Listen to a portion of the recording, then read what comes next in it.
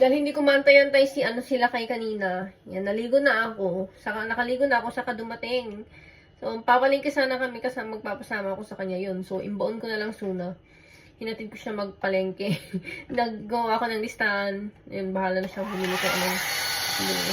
So, papaano ako ng hair.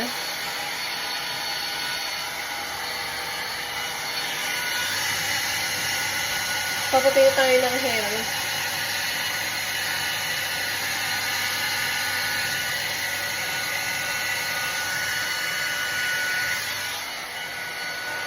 So, ang ganda ng ng regalo ni mother-in-law na hair blower.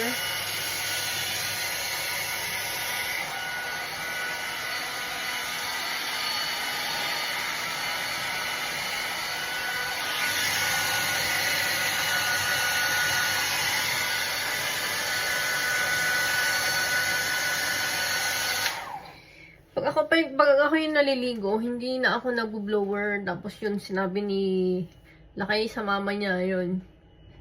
Reguluhan ako ng blower.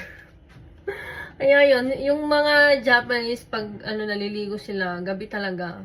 And lahat sila meron silang blower. At yun nga, para mas madali.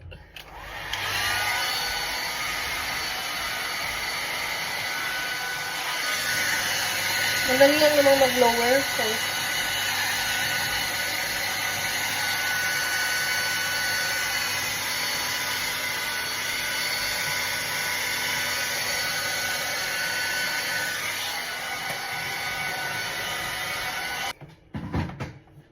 dry na yung hair ko. Asan na yung suklay? Dry na yung natin. Yung hair natin.